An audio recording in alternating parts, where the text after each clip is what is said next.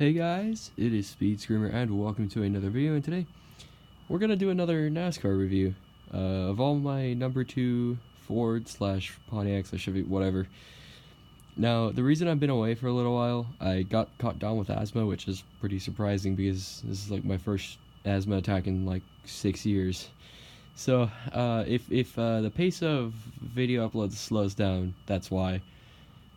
So, but anyway, back to this. I got a bunch of number 2 cars. There's actually even one over there. You can't really see it because the track's blocking it, which is just another one of these number 2 Kurt Dodges.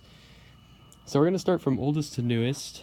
So we're going to start with Little Dale Sr.'s number 2 Wrangler, which this would have been raced at around 1982, 83, sorry, 80, 81, 79 to 81.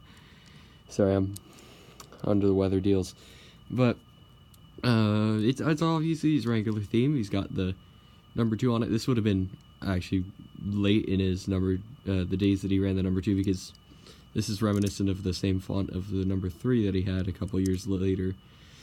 I kind of like this whole little varsity cheerleader kind of style striping where it goes from white to blue. Obviously you can see inside and it's a lot different from NASCAR's of today. I'm pretty sure those are back seats too, or at least where they were. On the back, of course, it says Gene's Machine, standard situation, same old situation. Man, I kind of miss this gen when the actual they didn't have taillights like how they did.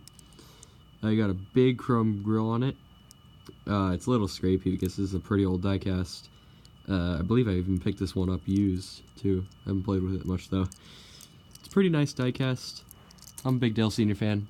Anyway, on to, I believe, the Busch series, or the Xfinity series nowadays, with Ron Hornaday, one of the greater Busch series slash truck series drivers in my mind, with this number 2 AC Delco Chevy, which I've always loved one of these.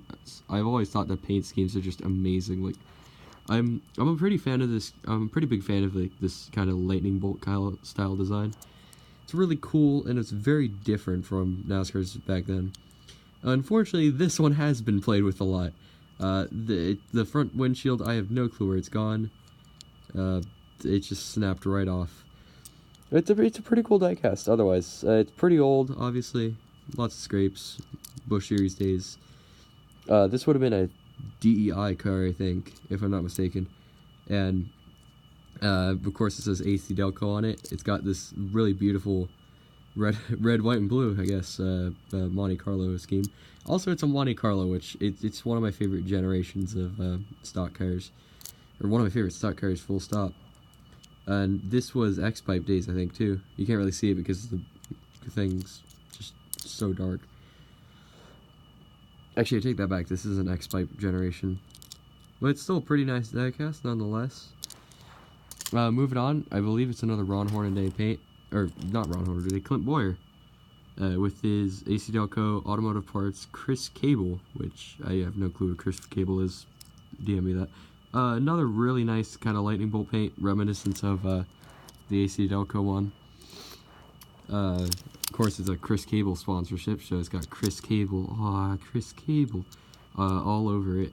Nothing too new, just really nice paint. It's really, really good looking. And also the lightning bolt, it's like replaced with like barbed wire, which is a pretty cool design. It's very unique. Moving on to Penske days, this would have been Rusty Wallace, one of the greatest NASCAR drivers of all time, with a really nice number 2 Mobil 1 paint, or Mobil Clean 7500 paint. It's very, very nice. I kind of like this little raked stripe you can see. The little circle around the number 2 kind of gives it like a nostalgic feeling. And you can see, good Rusty, good call, Mobil 1. Very nice design. Kind of reminds me of Jeremy Mayfield with his Penske days in the late 90s and early 2000s.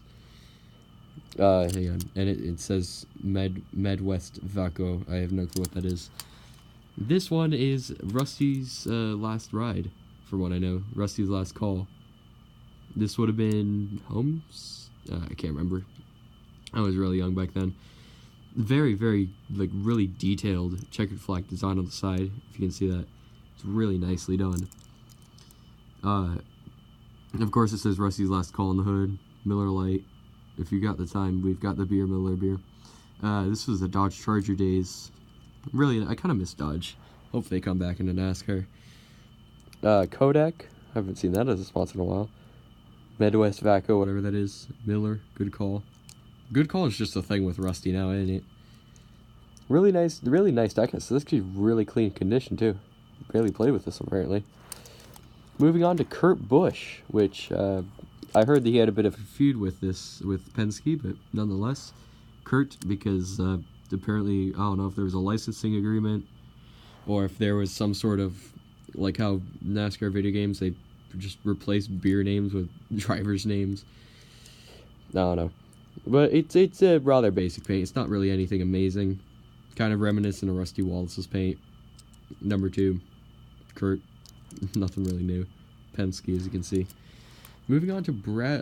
Also, I have this is the one that I have a second one of, which I won't really show because it's in a bit worse condition. Moving on to Brad Keselowski. This would be his 2014 days, I believe. With a giant wing on it. I kind of like this. This is also really nice condition because I haven't played with this one much. Blue Deuce? I don't know what that is. This is his Blue Deuce days, apparently. And then, hang on, what does it say? Brad Keselowski's Checkered Flag Foundation. Why are the taillights like that? They're like skewed up. I've never seen that before. Maybe 2014 days. I don't know. Another really nice paint. I kind of like this really detailed silver wheels. They look really nicely done. And then Fitzgerald trailers, which I believe I have a trailer of these. I just can't find them. It's another one of his like rake designs, along with like the discount tire and the Worth and his Miller Lite nowadays. It's really nice. Fitzgerald trailers, Worth. It's finished in a very nicely done bright green detail. Nice. I like the valence in the front, the little white stripe with the white rims. Really nice diecast. Moving on to his discount tire. It's one of my favorite Brad K designs. That and his 2013 scheme for Miller Lite. It's really nicely done. Those taillights look a little weird though. I really like the whole little side is just painted black, and then the bottom, and then the not the valence, but the pretty much a quarter of the front bumper has this black design and this little red stripe here. Discount tire, obviously. Quick rant. What's the name of a discount tire? It sounds like tires that they're sold at a discount because they're not as high quality. I don't know. Tires.com. Not many not a whole lot of contingency sponsors though. Nice red rims though. They look really nice. Can't see them on camera. Because my camera is a potato. And finally, his Worth paint, which is a very, very nicely done paint. Once again, just like I was talking about, his Fitzgerald paint. It's pretty much the same thing, only it's a different color scheme. Kind of screwed up on the front rim there. Can't really see it though.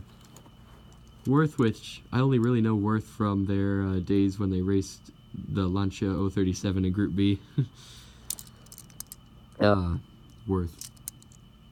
Just a bunch of Worth. WorthRacing.com.